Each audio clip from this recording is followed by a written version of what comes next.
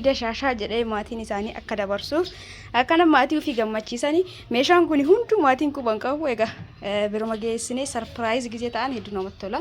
Waaw maashaallah agartanii kana gadi farrashatanii dhiidaaf zanaa jedhanii oolan jechuudha. Rabbitti nu haa gahu. Egaa maashaallah tabarakallah arafaaf jechuudha diizaayinii barbaadan order godhachuu dandeettanii nabilatti argattan maashaallah. Yoo diqaate meeshaa gara nama afurii qabadhee dhufeetiin jira. Hagaduma viidiyoo kanatti na waliin tura. Assalaamu alaykum warahmatullahi wabarakatuh. Akkam nagaa jirtanii hordoftoota kiyya. Jaallatamuuf kabajamoo akkam jirtan fayyaa keessanii. Alaamanni saanamni keessan nagaa isin jecha maashaallah tabarakallah. Diizaayinii gosa hedduudha. Yoo diqaate diizaayinii gosa 3 qabadhee dhufeetiin jira. Isin hanga dhumaatti na waliin turuun viidiyoo kana laayikii sheerii gochuu hin dagatina.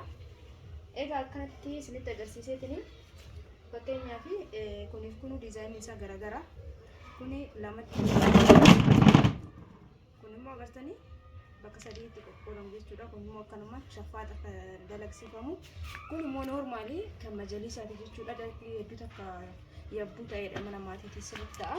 Mee hundaafuu ofii kiyyaa viidiyootti garagalchee waraabee isinitti agarsiisaa gadhumaatti na waliin tura. Egaa hordoftoota kiyya daqiiqaa fudhachuu hin barbaadu akkanumatti isinitti agarsiisa maashaallah. Kanaaf fakkeenyaaf baranda rafee isinitti agarsiisuuf jecha maaliif bakki na hanqate kan nama 3 kan qabadee dhufe namoonni barbaadan jechuudha. Iskiriinshotii gootanii natti erguu dandeettanii. Diizaayinii na qabadee dhufe kun hundi isaatu garagara jechuudha. Fakkeenyaaf asirraa isinii eegale kuni kan nama tokkooti. Firaashiin garuu keessiitii miti. Firaasha haadha tanaati irratti godhee itti agarsiisumaaf haga takka uffata tiraas carqii qofa. Firaasha 3 fi tiraas carqii 12 akkasumas diizaayinii kanaan suuraa kiyyarraa natti ergite diizaayinii akkuma isin natti ergitetti jechuudha. Uffanni qayi bunniidha. Agartanii diimaan isa kana kunillee kan nama biraati. Kana jechuudha kan nama tokko akkanumatti meeshaa isaa asitti mootu kun rakabootii dimlaayitii tana qabdi. Namoonni rakabootii dimlaayitii bitattan laala sokkeetti nama kana mana sakka'ee mana gaffidee itti sakka'ee jechuudha. Agartanii dirqama onni isin barbaachisa sokkeetti isin barbaachisa. Namoonni kana bitattan yoo sokkeetta dheeraa kana sokkeetti kun baay'ee takka dheeraadha meetira 5 akkasii anka sakka'ee ka uffata gisee itti miicuu fayyadamuudha. Maal isin jechuu barbaadeeti namoonni kana bitattan sokkeetti sayyii akkana dheeratu kana yoo argatin isin hin miicatu jechuudha. Buna biratti akkanatti qopheeffachuun kanaafuu yoo argeesiniif qopheessa. Kanaafuu gisee kana bitattan osoo itti yaaddanii bareedaadha jedheeti yaada. Fakkeenyaaf kun rakabootiin ifaatuuni akkuma diizaayiniin isii garagara qarshiin isillee garagara jechuudha. Asirratti immootu sinii baqa bareeda jettu naa jettee jirti. Siniin rakabootii dimlaayitii kan hojii dhuftu akkanumatti bareedummaaf malee guurdina hin qabdu. Sinii kana hundi keessanuu beektanii sinii jajjabaadha jechuudha. Baay'ee takka gatiin isaa garuu qaala'ee jira. Darzana tokko biteefii jira akkanatti. Akkasumallee sufuraa isa wajjin deemu kama isaa akkana biteefii jira. Haati meeshaa kanaatii fi haati tiraas carqiiwwan kanaa takka jechuudha. Sinii galee kun tiraasiinis ka'isiitii miti. Firaashinillee ka'isiitii miti. Firaasha nama 3 farrashuwwan natti hin tolleefu kama nama tokkootu irratti agarsiisaa jira. Uffanni isii kun as keessa jira jechuudha. Uffata tiraasitti ta'u jechuudha. Akkana agartanii uffata tiraasitti ta'u akkana 12 fi ka firaasha mootu ka firaashaaf ta'u diizaayinii makanaan ka firaasha 3ti kun amma firaasha 3 tiraasii 3 qofatti godhetti agarsiisee kuuwwan as keessa jira jechuudha. Artanii egaa akkasii isin jaa hordoftoota kiyyaa osoo gara nan ce'in dura deebi'aa mallee as deebi'a. Kunoo uffanni kun diizaayinii isaa akkuma argaa jirtan kana diizaayinii baay'ee takka bareeda ta'e kunillee akkuma fedhii abbaatitti jechuudha. Kana isinitti agarsiisa. Isin ka barbaadan ordarii godhachuu dandeettan yoo barbaadan kanaan godhachuu dandeettan jechuudha. Hordoftoota kiyyaa yoo barbaadan diizaayinii kana jechuun shaffaadha kan dalagame kun agartanii sirrii dhiyeessee isinitti agarsiisu kun kana fakkaata. Uffanni kun uffata lallaafaadha. Keessa isaatitti ispoonjiitu gala jechuudha. Gisee dalagamu kanatti illee ispoonjiitu gala uffata lallaafa waan ta'eef kophaa isaa inni jedhu jechuudha. Garuu kophallee dalagsiifachuu dandeettanii. Kanaafuu kuni kan nama tokkooti as keessa jira. Uffata firaashaatii fi uffata tiraas 2 qofa kan agarsiisumaaf itti godha jechuudha. Tiraasiin keessiitii miti. Asitti aansee minxaafii akka mana kiliitii sannan jettee jirti.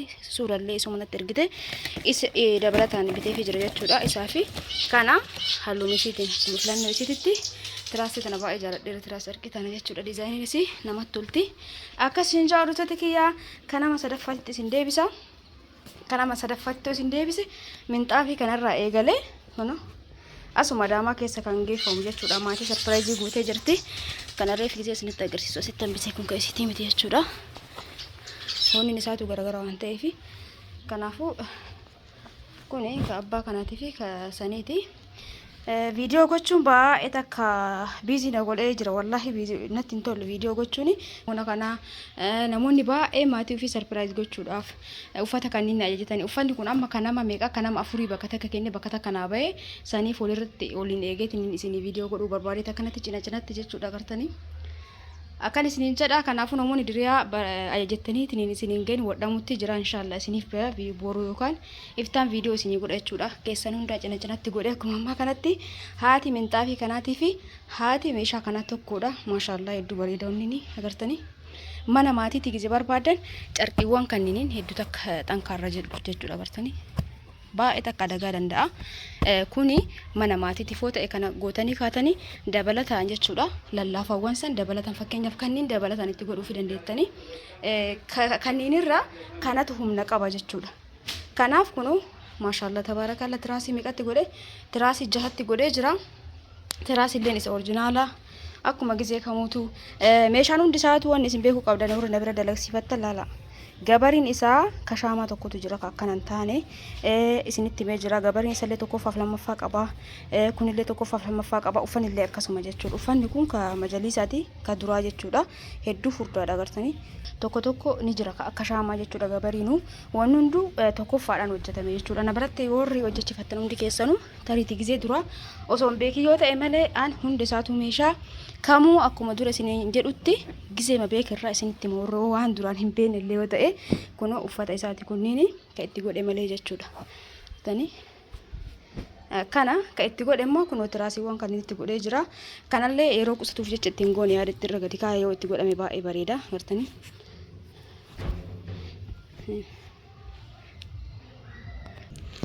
Egaa dhiifama hordoftoota kiyya balbala banuuf deeme dadhaanii jennaani kuni yoo itti godhame sirriitti bareeda. Diizaayinii isaa maashaallah abaaboon isii hedduu namatti tolti. Kunoo minxaafii illee kan hojii deemu jechuudha agartanii. Hedduu bareeda. Minxaafiin bakka keelloo qabu kuni kunoo qaxarzirraa kan hojjenne deema. Maachii godha jechuudha. Gisee afaan hedduu bareeda. Amma ani firaashiiwwan olumarra kaa'ee firaashi jedhaseetu mul'irra kaa'ee firaashii lama kun kaa'ee jiru. Kun uffata isiitii miti kan nama gabiraati. Firaashiin kana biratti argamu firaasha majaliisaa kana sadaa ka jedhe jechuudha. Hordoftoota kiyya gabariin sallee akkanatti haala bareedaa ta'een itti dalagamee ka jirudha. Kun firee sadii jechuudha. Tokko achi jira ka isiiti. Firaasha kaawwan illee isinitti agarsiisa gisee barbaadan namoonni barbaadan heeloo jettanii orderii godhachuu dandeettanii firaasha majaliisaa na biratti argattanii namoonni firaasha ispoonjii jettan san immoo an biteetu hin beeku isaa garuu ni jira gatiin sallee walitti hin dhufu. Tiraasiin isii firee 6tti godheera 1 2 3 4 5 6 firee 6tti godheera akkuma argaa jirtan kana fireen 6 immoo kunoo asii 3 as jira kuwwan immoo asirra jira jechuudha. Kunoo agartanii akkanatti dhufa tiraasiin kuni. Garuu gisee baajiin finnu namatti hin tolu hillooya waan ta'eef kaawwan irraa baay'ee laastikiin malee orjinaala jechuudha. Hordoftoota kiyya kun kana fakkaata. Egaa meeshaan kun kama adaamaa geeffamu namoonni barbaadan asirraa iskiriinshotii godhatanii ka barbaadan heeloo jechuu dandeettanii. Hordoftoota kiyya maashaallah tabarakallah hedduu takka namatti tola. Diizaayinii barbaadanii ordarii godhachuu dandeettanii. Rakabuutiin ifallee na biratti argamti akkuma argaa jirtan kana. Asitti meeshaa nama arfaffaa minxaafii lama ajajjee jirti. Hordoftuun tiyya takka jechuudha. Minxaafii dhiyoo tana kiyyumarraa iskiriinshotii goote silleen wallahi minxaafii kana hedduu jaaladheera. Egaa hordoftoota kiyya kunoo minxaafii kanallee maatii kiyya meeshaa kaawwan biteera garuu minxaafii kana si biratti waan argee fi nama lamaaf ni yadhe jettee jirti. Kunoo kana fakkaata kuni silveriya waan isinitti agarsiisu hin jiru halluu silveriiti. Kana fakkaata jechuudha. Kun immootu magariisatti siqaa garuu garaa keessa adii sirriitti qaba. Waan kam wajjinuu maachii godha jechuudha. Bartanii waaw. Undadii kun hin barbaachisu jedheetu maani baay'isee bareeda. Hordoftoota kiyya maashaallah tabarakallah akkuma argaa jirtan kana garaan isaa keessi adii baa'ata hedduu bareeda. Waa baay'ee hojii uffata baay'ee hojii diyoonni godha jechuudha maachii godha. Egaa muluu diiguun barbaachisan itti fakkaanne waaw agartanii hedduu bareeda jechuudha. Kuni kan nama tokkooti. Egaa meeshaan nama afurii kana fakkaataa Iida Shaashaa jedhee maatiin isaanii akka dabarsuuf akkana maatii ofii gammachiisanii meeshaan kun hunduu maatiin quban qabu. Egaa biruma geessinee sarpiraayiz gisee ta'an hedduu namatti tola. Waaw maashaallah agartanii kana gadi farrashatanii dhiidaaf zanaa jedhanii oolan jechuudha. Rabbitti nu haa gahu. Namoonni barbaadan heloo jettanii ordarii godhachuu dandeettanii kana fakkaata meeshaan obboleeyyan kiyya. Waa hedduu jaaladheera diizaayinii tanii agartanii. Kanaaf namoonni maatiidhaaf barbaadan kana dirqama kun jajjabina waan qabuuf kana tokko jechiftanii fi akka dabalataatti immoo uffata lallaafaa sanillee hojjechiftaniif bareedaadha isiniin jedha. Itti aansuun firaash isinitti agarsiisa jechuudha kabira. Kunoo hordoftoota kiyyaa firaashni boondii jechuun kana namoonni tokko tokko kan ittiin godhan jechuudha. Kana gabaarra gisee argitan kan ittiin godhanii akka namatti boondii dhimisaa qofa gurgurama. Garuu akkasitti of eeggannoodhaaf onni dirqama akkanatti uffatuu qaba agartanii. Kun kanama biraati jechuudha. Hordoftoota kiyyaa uffata isaa ittiin goone uffanni hin baane isinitti kan agarsiisuu barbaade namoonni duraan beektanii namoota hin beeknee fi keessaa kunoo kama jaliisaati jechuudha. Kun akka namatti gurgurama gabaa irratti. Garuu hangisee kiyyoo jechiisusan kana waan itti hojjechiiseef jecha uummata na biraa bitataa jiru kana hundaafuu akkanatti bitee hin beeku jechuudha. Maaliif hojjetan waanuma bareeda hojjetu wayyaa. Kana harkaan itti hodhama bakka kana akkanatti hiittanii gaafa kun miicamuu barbaachisa jechuudha. Baay'een xuraa'u maaliif gubbarraan kabira waan uffatuuf kuni of eeggannoo isaatii fi garuu haa ta'u bakka takkaan banaa ta'a jechuudha. Gara tokkoon banaa ta'a keessaa gadi baastanii kana miicitanii eegas itti deebifattan jechuudha. Kunoo keessaa akkana jira.